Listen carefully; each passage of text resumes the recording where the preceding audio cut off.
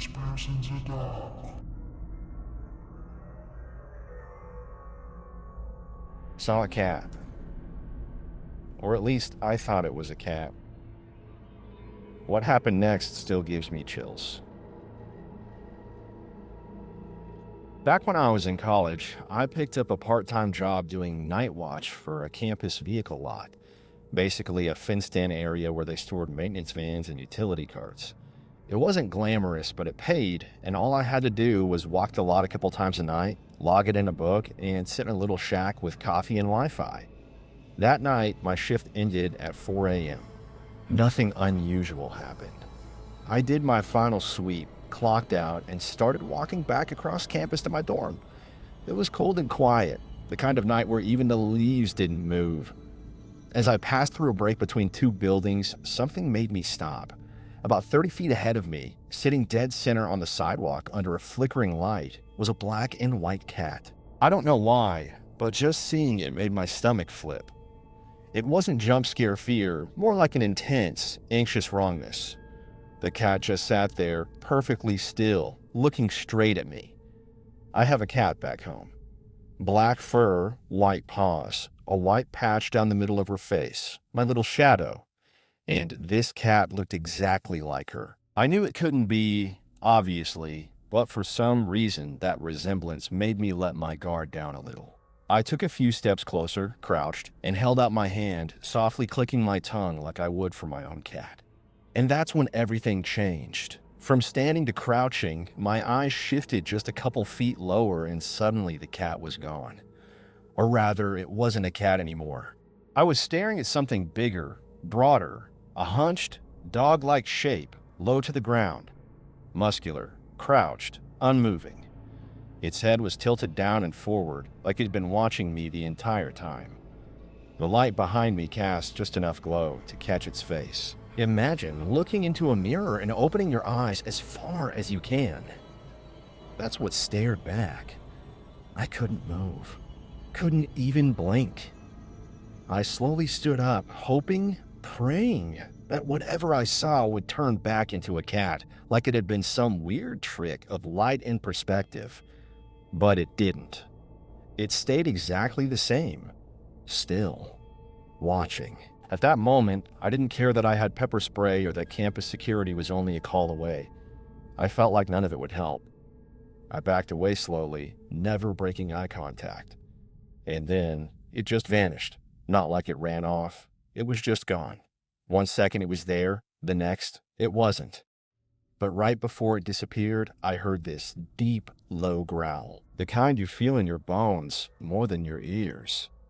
It echoed off the buildings around me, like it came from everywhere at once. I didn't walk the rest of the way back. I ran. I ran like something was chasing me even though I never looked back to check. I ended up crashing on my roommate's floor, blaming it on a weird vibe and my phone alarm not working. Nothing's happened since. But some nights, when I walk alone, I get that same awful, oppressive feeling like something's watching, and I can't help but wonder what I really saw. If anyone's experienced anything like this, or knows what it might have been, I'd really like to know I'm not alone. I was out driving alone in a national park. There was a huge, clear moon, the kind of moonlight you can read by. The road went straight along the bottom of a wide, flat, mostly barren valley, then banked up sharply to the left onto the ridge. It was about 10 p.m. and I drove through the valley on full alert, watching for animals and loving the scenery in this crazy bright moonlight. When I hit the curve and went into the sharp uphill left, I saw something through my side window. A white thing. It was rapidly getting larger in my peripheral as though it had been moving parallel to me. But the turn in the road meant I was now in its path. So I turned my head and looked directly at it. It was white, man-shaped but without genitals and completely naked. A deathly, nauseating white and greasy shine, completely hairless. It was crawling on its hands and knees, but it was half the size of the car and moving unnaturally fast. It had a rubbery face distorted by what looked like a scream, but it wasn't making any noise. The look on its face, I can't even tell you.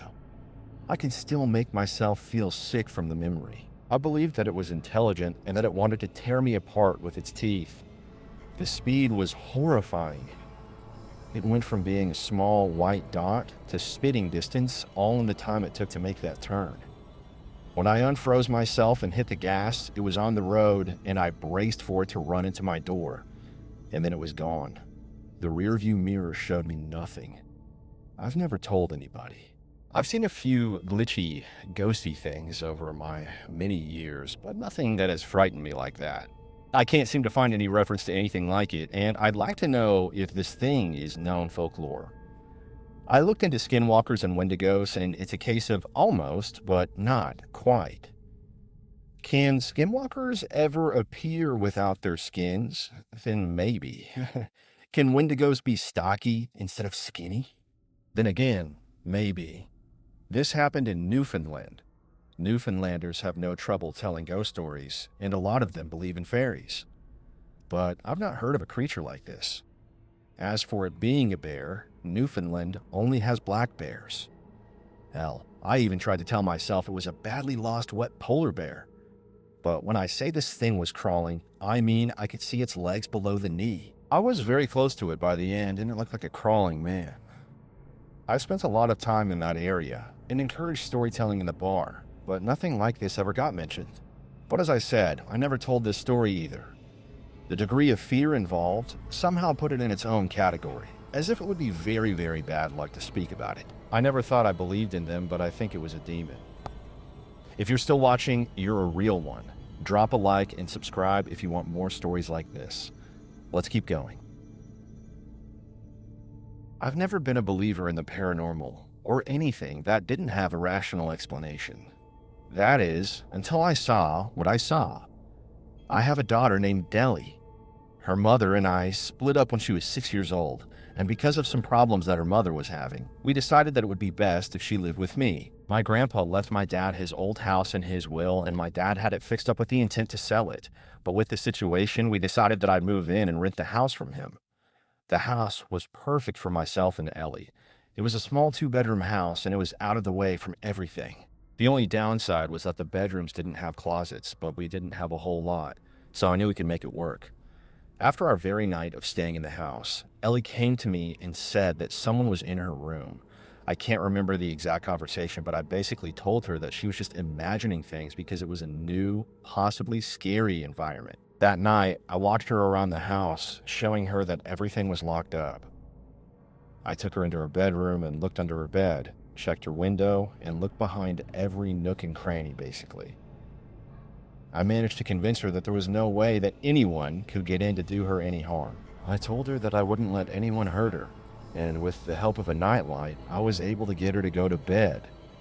The next morning, Ellie again complained that there was someone in her room and she didn't want to stay in the house anymore. She wanted to go live with my parents, her grandma, and Pa. I had honestly never seen her this upset. I told her that I would sleep in her room that night to prove that there was nothing to be scared of. I brought my blankets and pillows into Ellie's room and made myself a comfy spot beside her bed. We both said our good nights, and it didn't take me long to fall asleep. I'm not sure what time it was, but I woke up to the sound of metal softly clanging together. It took me a minute to focus my eyes, and the thing I noticed was that Ellie had left her bed and snuggled up with me on the floor. And I thought I imagined the noise, but then I heard it again. Ellie's nightlight was on, so there was a soft orange glow illuminating the room. And even though I could make out things in the room pretty clearly, I saw nothing out of the ordinary. As I mentioned earlier, there were no closets in the room, so I had bought some racks to hang our clothes on. Her hanging clothes were the thing I noticed moving. The clanging was the sound of hangers hitting each other and sliding on the rack. Then the clothes parted, almost as if you were going to open the curtains on a window to look outside, and the shadowy figure of someone or something's head appeared in the gap of the clothes. I was paralyzed. I wanted to grab Ellie and run as fast as I could, but I couldn't do anything. My body wouldn't allow me to do so. The only thing I could do was keep my eyes fixated on whatever was staring at me and my daughter. "What is that, Daddy?" A tiny whisper came from behind me. Shit. This is the only thing I managed to get out. I can't tell you how long I laid there staring at whatever it was, but it felt like an eternity. Eventually, this thing backed away, disappeared. Whatever you want to say it did. It didn't matter to me. It was gone, and so were we. I took Ellie out of the room and put her in my bed, and I didn't sleep a wink the rest of the night. The next day, I gave her what she wanted. We moved in with her grandma and grandpa until I was able to get a place of our own. This was a little over 4 years ago, and I still get goosebumps if Ellie brings it up, or even just now while writing this. I've never been that scared in my life, and I doubt I ever will be again. Some backstory. I'm Chinese, and my parents moved to the UK when they were younger. My uncle, who I rarely used to see because he still lived in Hong Kong, finally moved to England when I was 8. He worked as a policeman back in his hometown, and one day he told me this really creepy story. It was pretty much an average day for him, and he got a call to make a pit stop at the local woods. Someone got a message that there were some kids messing around there. The usual. Bonfires, drinking, etc. So my uncle gets in his police car and drives down to the woods. He reaches the area and it's already very dark at this point. He drives to where the kids supposedly were, but they must have already left, leaving behind all their rubbish. My uncle, being the nice guy he is, gets out of his car to clear the place up a bit. When he's finished, he gets back in his car. He does the usual, puts on his seatbelt, turns on the engine, checks his mirrors, and then turns the headlights on. As he does this, he begins to step on the accelerator pedal.